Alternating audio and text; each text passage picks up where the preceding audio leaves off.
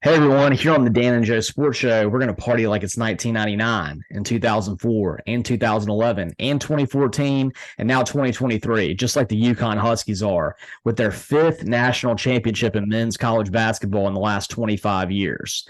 As always, I'm Dan. And I'm Joe. Joe, we were talking about it before the show.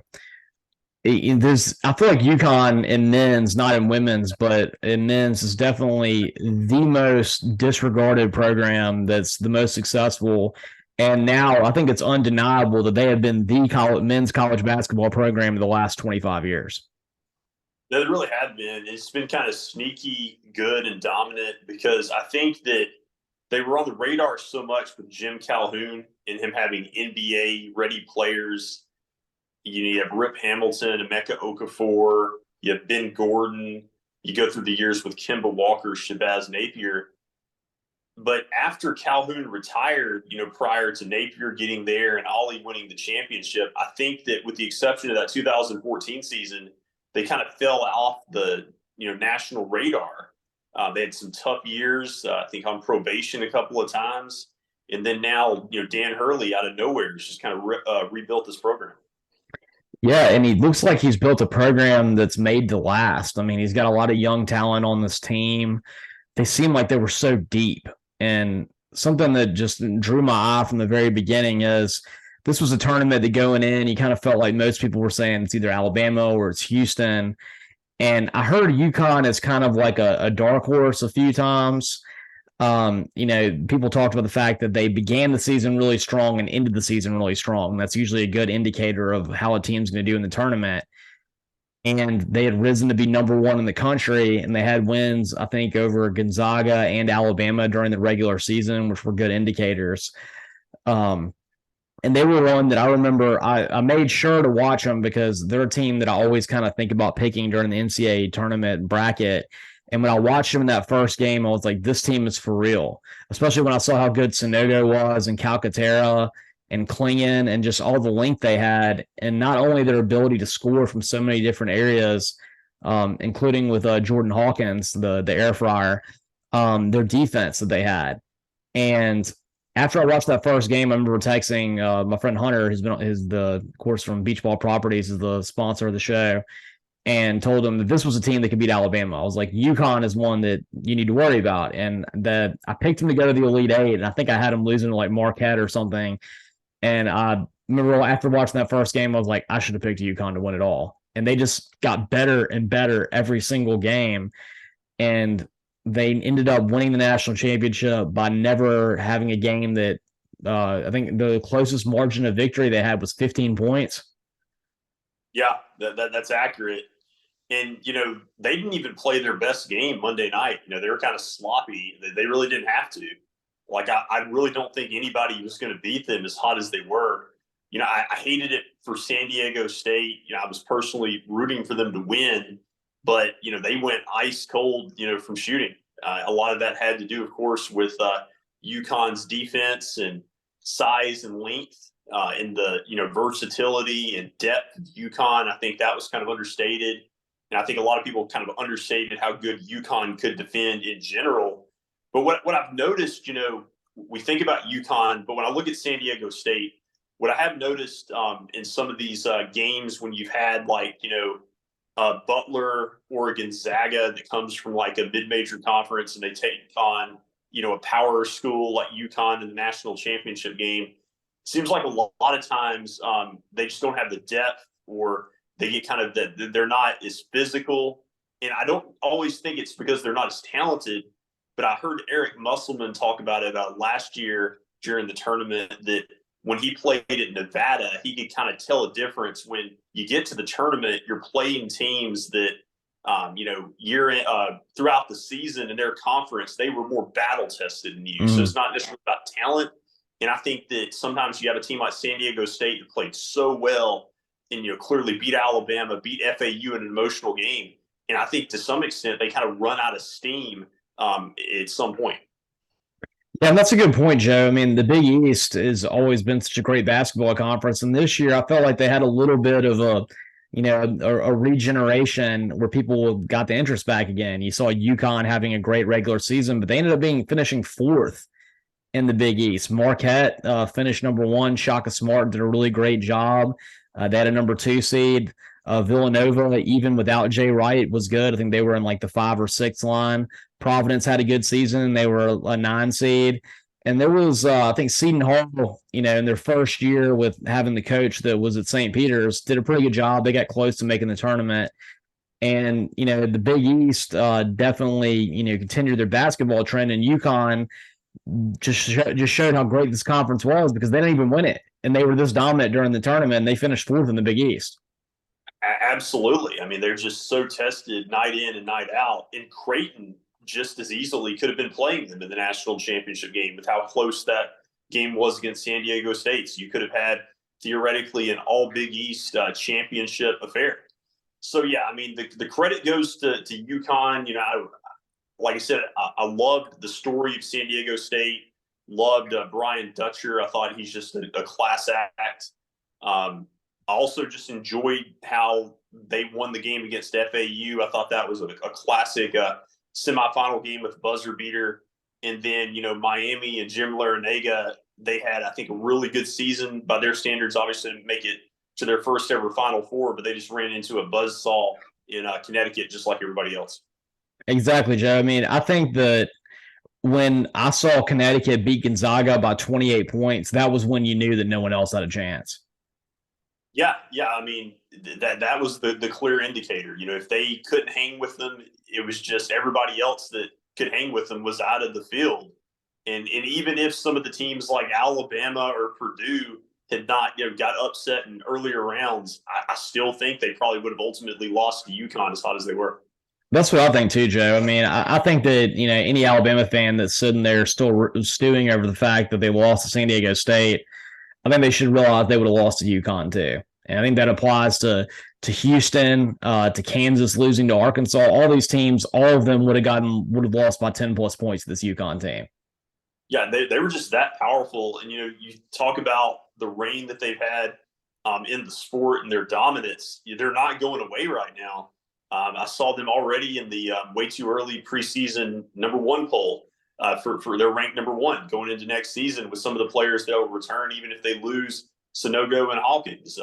Dan Hurley, it's just amazing to me what he's done.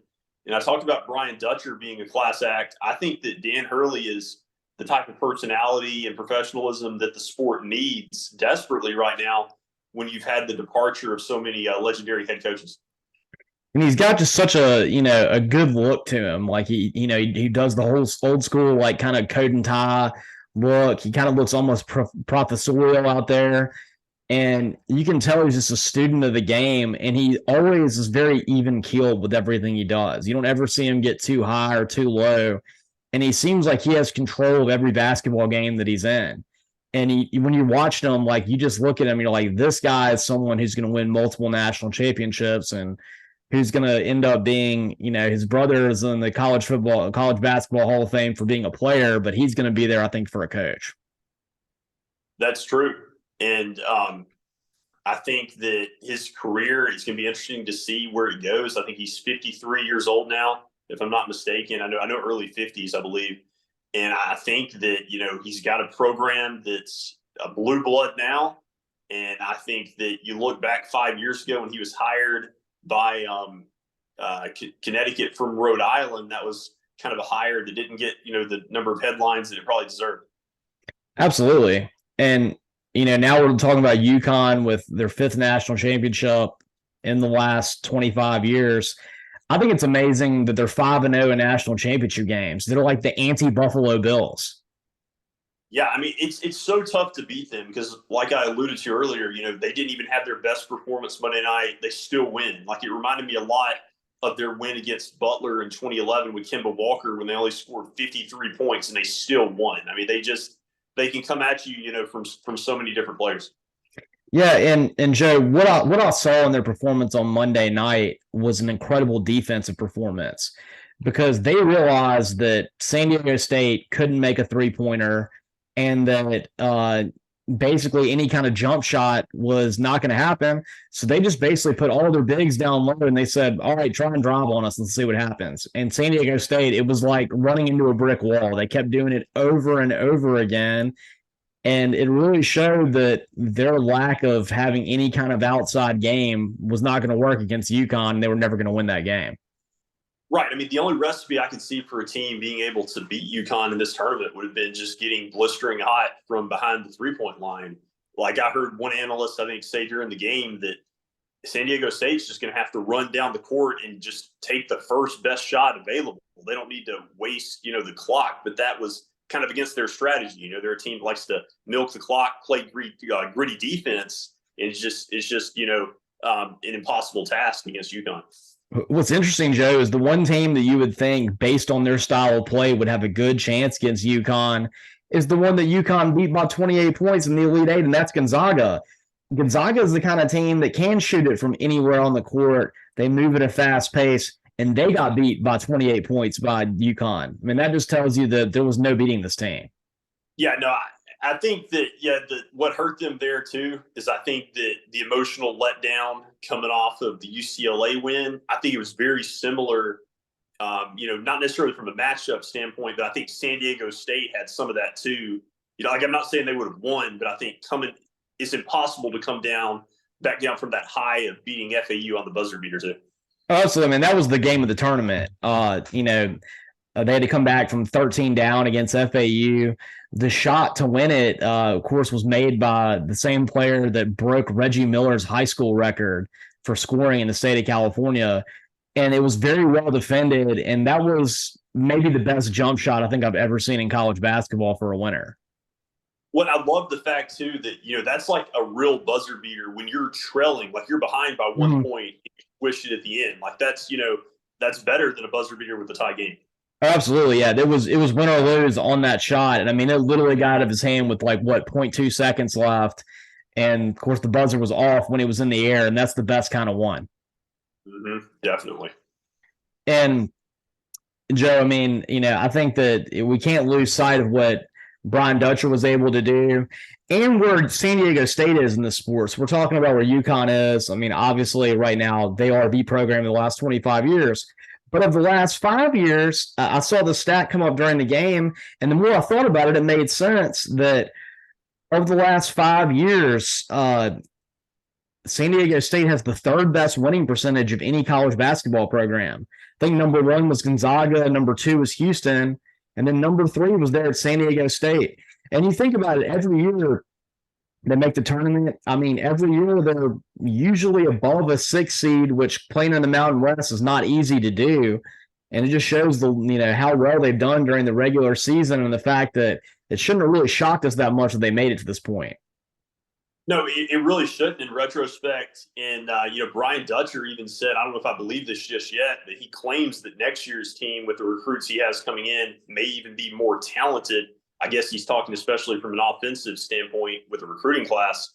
But when I look back at the last few years for San Diego State, I feel really good for their program to make it to the Final Four in the championship game, because I know a lot of people were talking about the fact that they missed out on the 2020 tournament when they would have been a 1 or a 2 seed. And honestly, that team was as good as anybody. And so I felt really good for them to, get that opportunity this year. Yeah, definitely. I mean, they were a team that was worthy of getting to a Final Four. I mean, you think 10 years ago they had that team with Kawhi Leonard that was so good. And I think that actually may have been a team that lost to UConn and didn't make the Final Four. Sweet 16. Yeah, they lost in the Sweet 16 to UConn, who ultimately ended up winning the national championship that year too. And something else too that was interesting. I'm kind of going off on a tangent now about conference realignment. I think that this showed that the Pac-12, to have any hopes of surviving, they need to be making that call to San Diego State and doing it now. It's in a huge market. It's in a great city. I love the city of San Diego. I have cousins that lived there when I was a kid. I used to go and visit. I thought it was the coolest place.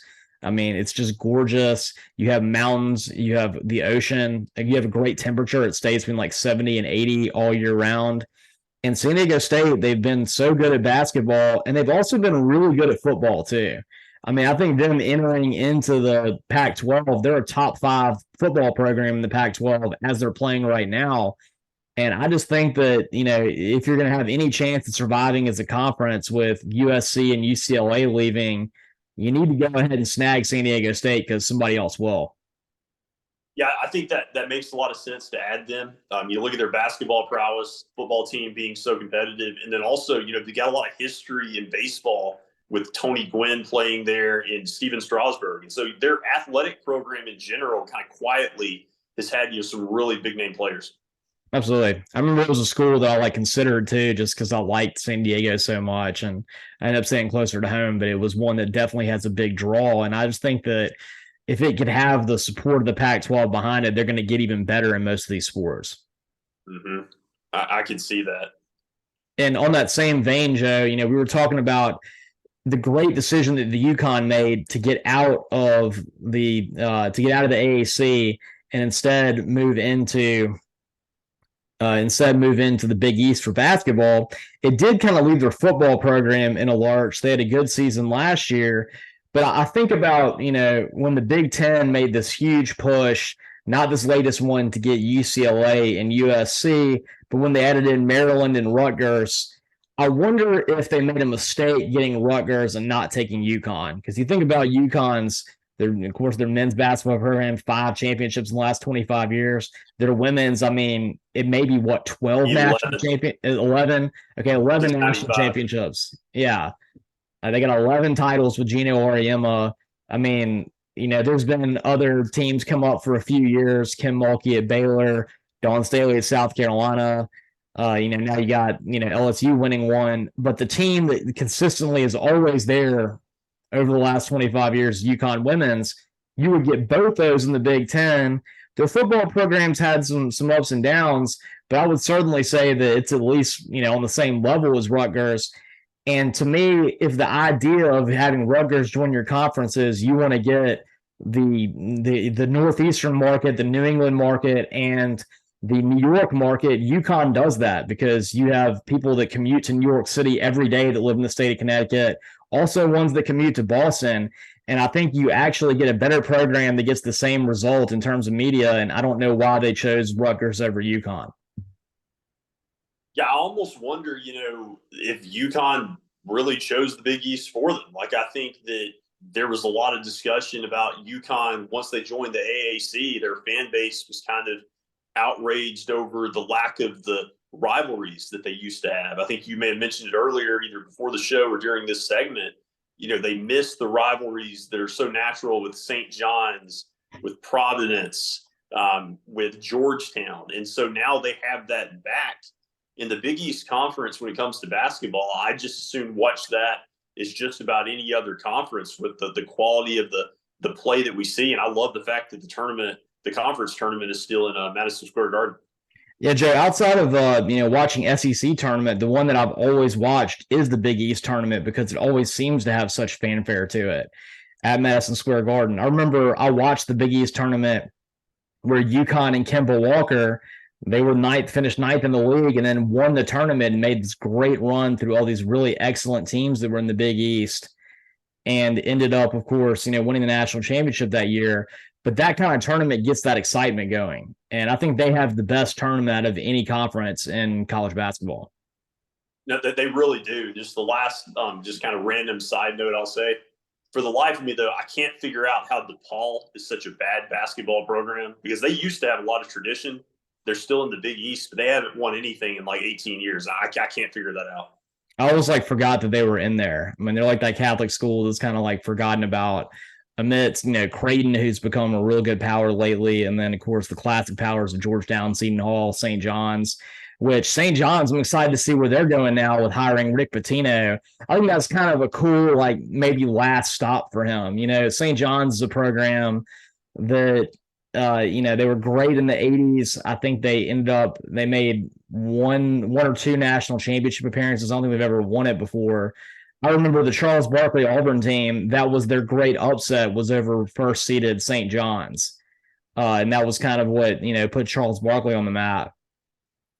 And of course, Georgetown, the Patrick Ewing experiment didn't work very good, but now they have Coach Cooley from over in Providence, left one Big East team to go to the other one. And, Providence has been doing so good under him. And I just think that you have so much depth right now in the Big East. And of course, I'm so excited to see what's going to happen with Seton Hall with the St. Peter's coach. Got a young talent there. Yeah, I mean, just so many storylines and just so many great head coaches. And I think that Rick Pitino said in his press conference he wants to try to take St. John's to a Final Four in his last hurrah. Yeah, I think that's a cool last hurrah for him because it made a perfect sense. He didn't have to move. He was already living on Long Island when he was coaching at the school that he's at right now at Iona. And so he doesn't even have to move. So it just kind of like fit perfectly for him.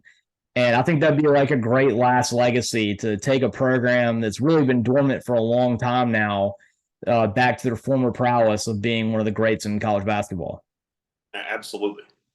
But yes, with UConn right now, definitely, I think that they should be mentioned as a top 5 college basketball program of all time, if not a top 3, because you look at where they're at right now. You have UCLA with 11 national championships. Kentucky's got 8.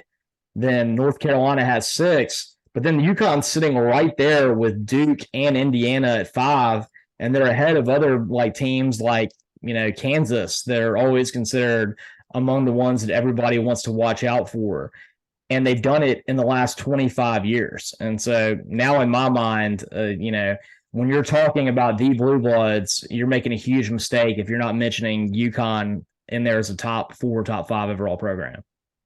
Yeah, and just to build off of that point, I mean, to put it in perspective, since UConn won their first national championship, UCLA has not won a national title. Indiana has not won a national title since, I think, 1987. So, I mean, UConn definitely has made their case. Yeah, and Joe, I mean, the most successful program after them over the last 25 years is a tie between Duke and North Carolina at 3. So not only has nobody else won 5, nobody else has even won 4. And so all these programs that every year you want to talk about Duke, they've only won 3 in the last 25 years. North Carolina, only 3 in the last 25 years. Kansas, only 2 in the last 25 years. And then you want to talk about Syracuse, they've only ever won 1. I mean, and Kentucky. Really, Villanova would be up the next layer, I guess. Yeah, I think Villanova has been more successful over the last 25 years than Kansas has. I would say probably you'd have UConn, then Duke and North Carolina, then Villanova, then Kansas. Yeah, I mean, it's really crazy when you start thinking about it. Like, you kind of just redefine it should maybe redefine the definition of who qualifies for a blue blood. Absolutely. And Joe, Kentucky has only won 1 national championship in the last 25 years. How crazy is that? That really is surprising. Yeah. So congrats to UConn. You can party like it's 1999, 2011, 2004, 2014, and now 2023. And Joe, switching over to women's basketball, which usually would be something we're talking about with UConn, a really amazing final between LSU and Iowa.